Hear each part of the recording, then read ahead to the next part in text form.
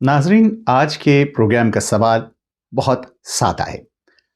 اگر حلال ہماری مذہبی ضرورت ہے، اگر حلال ہمارے شناخت ہے، اگر حلال ہماری تہذیب ہے، خوراک، مالیات، آرائش حسن، سفر اور طرز زندگی کا حصہ ہے، تو پھر اس پوری عالمی حلال معیشت کا اصل فائدہ کس کو ہو رہا ہے؟ مسلم دنیا کو یا ان غیر مسلم ممالک کو جو ہماری ضروریات، ہماری آبادی اور ہمارے صارفین کے بھروسے کو اپنی برآمدی حکمت عملی میں بدل چکے ہیں؟ ذرا سوچیں، اگر میں آپ سے پوچھوں کہ دنیا میں حلال گوشت کے سب سے بڑے فراہم کنندگان یا سپلائرز کون ہیں، تو شاید آپ کا فوری جواب ہوگا کہ سعودی عرب، پاکستان، ترکی، انڈونیشیا یا پھر ملائیشیا۔ جی نہیں، عالمی حلال سپلائی چین کے بڑے کھلاڑیوں میں Brazil, India, Australia, New Zealand اور امریکہ ہیں۔ یعنی کہ حلال کا خریدار مسلمان ہے، حلال کا بھروسہ مسلمان سے آتا ہے۔ مینس کہ جب کوئی حلال چیز بیچی جاتی ہے تو اب سب سے پہلے خصوصاً یورپ میں یا کہیں بھی آپ رہتے ہیں تو پوچھتے ہیں بھئی یہ حلال ہے کہ نہیں ہے، اور اگر وہ کوئی مسلمان شخص آپ کو آگے سے بتا رہا ہے کہ ہاں جی حلال ہے تو آپ اس پر اعتماد کر لیتے ہیں۔ سو جو ایک بھروسہ ہے، جو حلال سرٹیفیکیشن ہے، وہ مسلمان سے آتی ہے۔ حلال کی مانگ مسلم امہ سے آتی ہے، لیکن سپلائی چین کا بڑا حصہ غیر مسلم اکثریتی برآمد کنندگان کے ہاتھ میں ہے، جو ایکسپورٹرز ہیں۔ اور یہ صرف میرے نزدیک گوشت کی کہانی نہیں ہے، یہ حلال خوراک کی کہانی ہے، اسلامی مالیاتی نظام کی کہانی ہے، حلال کاسمیٹکس اور ادویات کی کہانی ہے۔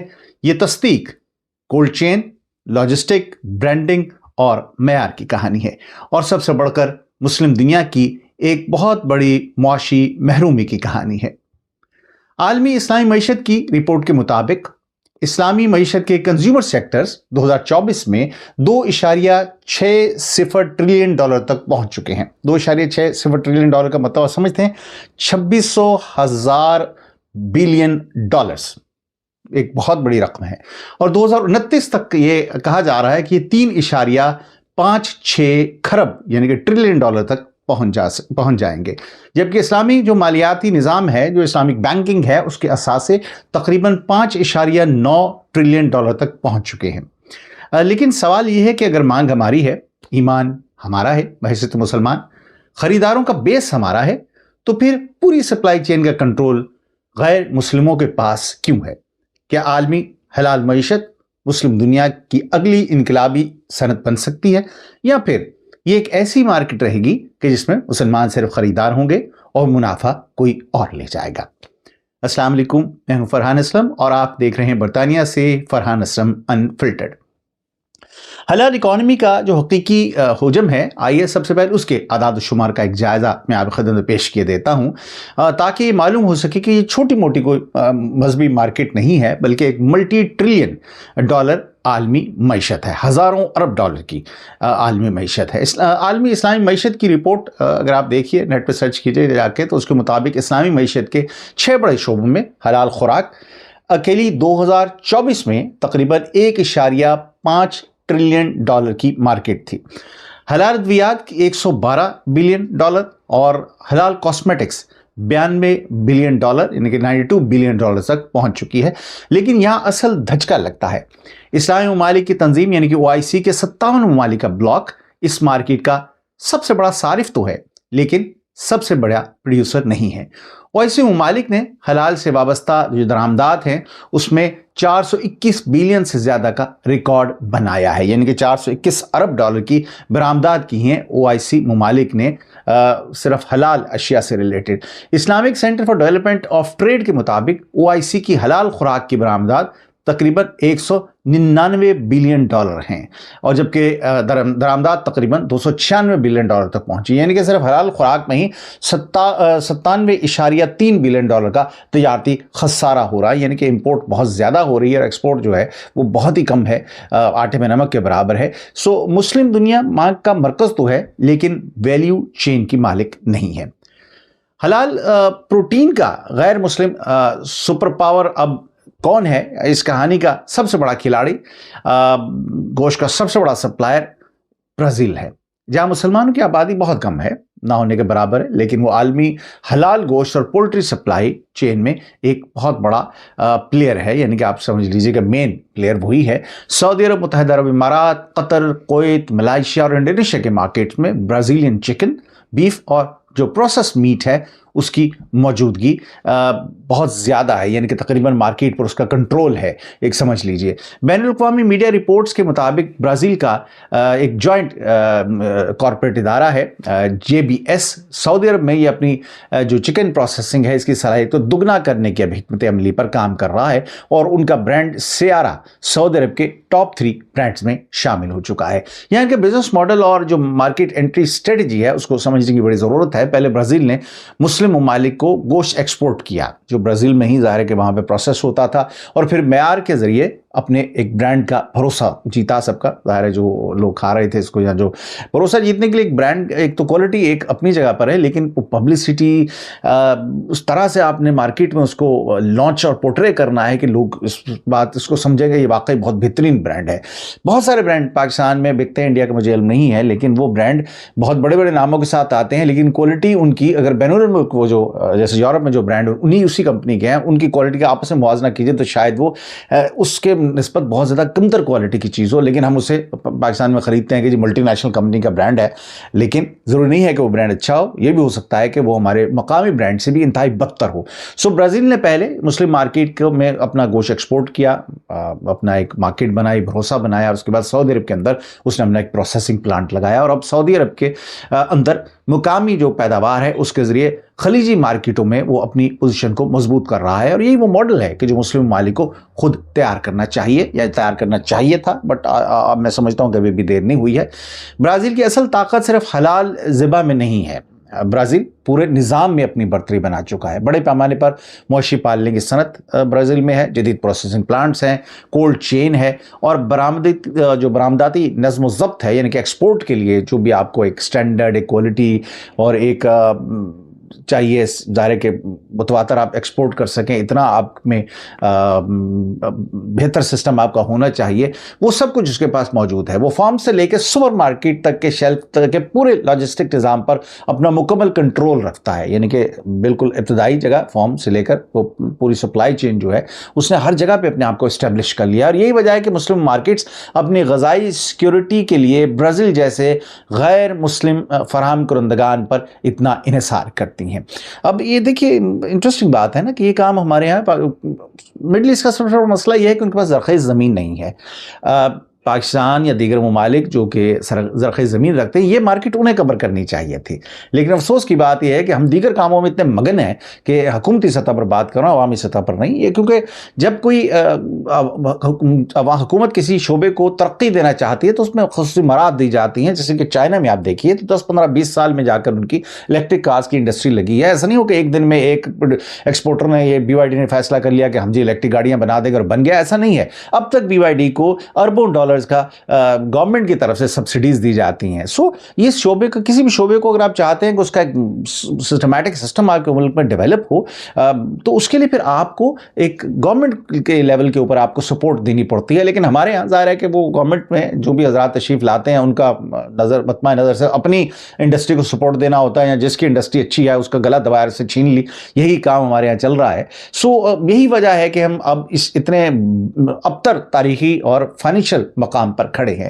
اس میں سب سے بڑا جو حساس پہلو اب اس میری سٹوری کا ہے، میں تھوڑا سا بات سے ہٹ گیا، پاکستان کی بات آئی تو دل کے پپولے پھوڑنے لگ پڑے آپ سے، لیکن تھوڑا سا سٹوری سے میں ہٹ گیا کیونکہ اس کا حساس اور جو کلکیبل اینگل ہے وہ ہے انڈیا۔ انڈیا کے اندر بیف کی جو گائے ہے اس کے ایک ظاہر کہ مذہبی طور پر ہندو اس کی پوجا کرتے ہیں، اور مذہبی اور سیاسی مقامات پر خوراک کو لے کر اور شناخت کو لے کر داخلی سطح پر، اور اب تو BJP کے آنے کے بعد سیاسی بحث کا حصہ ہے گائے، اور ہر چیز میں گائے سے ریلیٹڈ چیزوں کو وہ ایسے پورٹرے کرتے ہیں کہ جیسے وہ واقعی ہر چیز کا توڑ ہیں۔ وہ میں نے ایک بیان سنا تھا کہ ایٹمی حملے کی صورت میں بھی جو گائے کا گوبر ہے وہ اس کا لیپ کر دیا جائے تو ٹھیک ہوتا ہے، ایک سیاستدان کہہ رہے تھے انڈیا کے، مجھے نہیں معلوم ہے اس میں کس صداقت حقیقت ہے، لیکن کسی بھی سمجھدار آدمی نے اس کی تصدیق نہیں کی اس بات کی. سو اس سے مطلب یہ ہوا کہ صرف ایک اب گائے کو جو ہے وہ مذہبی کے ساتھ ساتھ سیاسی طور پر بھی آپ اسے ایک سپر اینیمل کے طور پر پورٹرے کرنے کی کوشش کر رہے ہیں. اور اکثر وہاں پر گاؤ ماتا کے تحفظ کے نام کے اوپر بے گناہ لوگوں کے قتل کی خبریں بھی ہم نے سنی ہیں. لیکن جب بین الاقوامی تجارت کی بات آتی ہے تو معاشی مفادات تمام نظریات پر حاوی نظر آتے ہیں. ہمیں یہاں پر ایک اہم قانونی اور تجارتی فرق سمجھنا ضروری ہے کہ انڈیا باقاعدہ طور پر گائے کا گوشت ایکسپورٹ نہیں کرتا ہے، وہ بھینس کا گوشت درآمد کرتا ہے، جسے بین الاقوامی مارکیٹ میں کارا بیف کہا جاتا ہے. سرکاری ڈیٹا کے مطابق انڈیا نے مالی سال 2024-25 میں 12 لاکھ میٹرک ٹن سے زائد جو ہے بھینس کا گوشت ایکسپورٹ کیا تھا، جس کی مالیت $4 ارب سے زائد بنتی ہے. یعنی کہ 4 سے لے کر وہ کہہ رہے ہیں کہ $6 بلین تک یہ اس کی ایسٹیمیٹڈ ویلیو ہے. اور اس کے بڑی مارکیٹس میں ویتنام ہے، مصر ہے، ملائیشیا ہے، عراق اور سعودی عرب ہیں جو اس سے یہ تمام کارا بیف جو ہے وہ امپورٹ کرتے ہیں. یہاں تضاد دیکھیے کہ انڈیا نے اپنی حلال سرٹیفیکیشن کا جو فریم ورک ہے اس کو ایکسپورٹ مارکیٹس کے لیے بہت زیادہ منظم کیا ہوا ہے تاکہ ان کا گوشت مڈل ایسٹ، سینٹرل ایشیا، افریقہ اور ساؤتھ ایسٹ ایشیا کے سخت جو سٹینڈرڈز ہیں ان کے مطابق درست رہے. لیکن داخلی سیاست میں حلال اور بیف کو ایک ایسا نظریاتی مسئلہ بنایا ہوا انہوں نے کہ جس کے اوپر ظاہر یہ لگتا ہے کہ ناقابل قبول ہے اس معاشرے کے لیے. سو بہت بڑا تضاد آپ کو یہاں پہ دکھائی دے گا. لیکن ایکسپورٹ پالیسی میں حلال سرٹیفیکیشن کو ایک بہترین معاشی ہتھیار بنا کر انڈیا کی جانب سے استعمال کیا جاتا ہے. مسلم صارفین کے لیے حلال مذہبی بھروسہ ہے، جبکہ انڈین کارپوریٹ ایکسپورٹرز کے لیے ایک مارکیٹ تک رسائی کا ایک بہترین کاروباری ماڈل ہے. یعنی کہ عالمی حلال معیشت کا سب سے بڑا تضاد یہی ہے جو انڈیا میں ہمیں دکھائی دیتا ہے. یہاں پہ برازیل اور انڈیا اکیلے نہیں ہیں، آسٹریلیا اور نیوزی لینڈ بھی دہائیوں سے middle east, south east Asia اور مسلم مارکیٹس کو حلال سرٹیفائیڈ گوشت فراہم کر رہے ہیں. ان غیر مسلم ممالک کی کامیابی کی وجہ کوئی مسلم شناخت نہیں ہے، ظاہر سارے کے سارے نان مسلم کنٹریز ہیں، بلکہ ان کا مضبوط جو سسٹم ہے یہ ان کی کامیابی کی وجہ ہے. ان کے پاس ٹریسیبلٹی ہے. ٹریسیبلٹی سے مراد یہ ہے کہ گوشت کہاں سے آیا ہے اس کو ٹریس کیا جا سکے، اور تاکہ اگر آپ حلال سرٹیفیکیشن کا دعویٰ کر رہے ہیں تو پتہ ہو کہ یہ گوشت کس کا ہے، کس جانور کا ہے، کہاں سے آیا، اور پھر کس کس پروسیس سے گزر کے یہ شیلف تک پہنچا ہے سپر مارکیٹ کے. سو ان کے پاس یہ جو ٹریسیبلٹی کا پورا ایکسٹینڈڈ ہے جو یہاں یورپ میں ہی موجود ہے وہ ان کے پاس موجود ہے. جانوروں کی صحت کے اعلیٰ معیارات ہیں. صحت مند جانور ہوتا ہے، یہ نہیں ہماری طرح جو گائے بیچاری گرنے لگی اس کو ذبح کر لیا کہ چلو جی بہت بھی برے حالات ہیں. اینیویز سو اگر ہم ظاہر ہے کہ سب چیزیں اگر آپ کوئی سپلائی کرتے ہیں تو کوالٹی کا خیال کرنا پڑتا ہے. جانور آپ پاس صحت مند ہو، فارم لیول کی ریکارڈ کیپنگ ہو، آپ کے پاس کولڈ چین کی پائیداری ہو، اور عالمی تجارت میں ہمیشہ وہی سسٹم پاور میں رہتا ہے جس کے پاس سارے سٹینڈرڈز کو جو وہ میٹ کرتا ہے. مسلم صارف کو صرف یہ نہیں چاہیے کہ پیکٹ پر حلال کا لیبل لگا ہو، اسے ایک صاف ستھری سپلائی چین اور مستند سرٹیفیکیشن کا بھروسہ چاہیے ہے. سٹیکر تو حلال کا کسی چیز پہ بھی لگا لیں، وہ ایکچوئل میں حلال ہے کہ نہیں ہے یہ ایک اصل بات ہے. افسوس کی بات میں بتانے میں رہتا ہوں، یہاں پہ کئی بار یہ ایسے اسکینڈل سامنے آئے کہ بہت سے ریسٹورنٹس یہاں پر جو حلال گوشت پرووائڈ کرتے ہیں، ریسٹورنٹس میں جا کے کھانے میں استعمال ہوتا ہے، اور بعد میں پتہ چلا کہ وہ حلال گوشت نہیں تھا، لیکن تھوڑے سے پیسوں کے لالچ میں، کیونکہ حلال گوشت تھوڑا مہنگا آتا ہے، جو جھٹکے کا گوشت جسے آپ دوسری الفاظ میں کہیں جو نان حلال گوشت ہے یہاں پر وہ سستا ملتا ہے، اس لیے چند پیسے کے لالچ میں ہمارے اپنے مسلمان جو ریسٹورنٹ آنرز ہیں، سب نہیں لیکن چند ایک کی بات کر رہا ہوں، اور وہ یہ حلال کا لیبل لگا کے اسے بیچتے رہتے ہیں. سو حلال کا سرٹیفکیٹ تو آپ کسی بھی لیبل کسی چیز پہ بھی لگا سکتے ہیں، لیکن اس سرٹیفکیشن پہ بھروسہ ہونا بڑا ضروری ہے. اور جو ملک یہ پورا انفراسٹرکچر فراہم کر دیتا ہے وہ مارکیٹ کا گیٹ کیپر بن جاتا ہے، اور آج بہت سے کیسز میں یہ گیٹ کیپر مسلم ممالک سے نہیں ہے. اب اصل معاشی سوال یہ ہے کہ مسلم ممالک کے سپلائی چینز کے لیڈر کیوں نہیں بن سکے. اس کی 3 بڑی وجوہات میرے نزدیک ہیں. پہلی وجہ یہ ہے کہ پیداواری صلاحیت. خلیجی ممالک کے پاس سرمایہ تو ہے لیکن وہاں پانی، زرخیز زمین اور فارمنگ بیس بڑی محدود سی ہے. وہ امیر صارفین ہیں لیکن بڑے زرعی ایکسپورٹرز نہیں ہیں، یعنی کہ نوٹوں والے تو ہیں لیکن ان کے پاس باقی جو سہولیات اللہ کی طرف سے وہاں پر موجود نہیں ہیں. دوسرا پاکستان، انڈونیشیا، بنگلہ دیش، مصر اور ترکی جیسے ممالک ہیں جن کے پاس پیداواری صلاحیت تو موجود ہے لیکن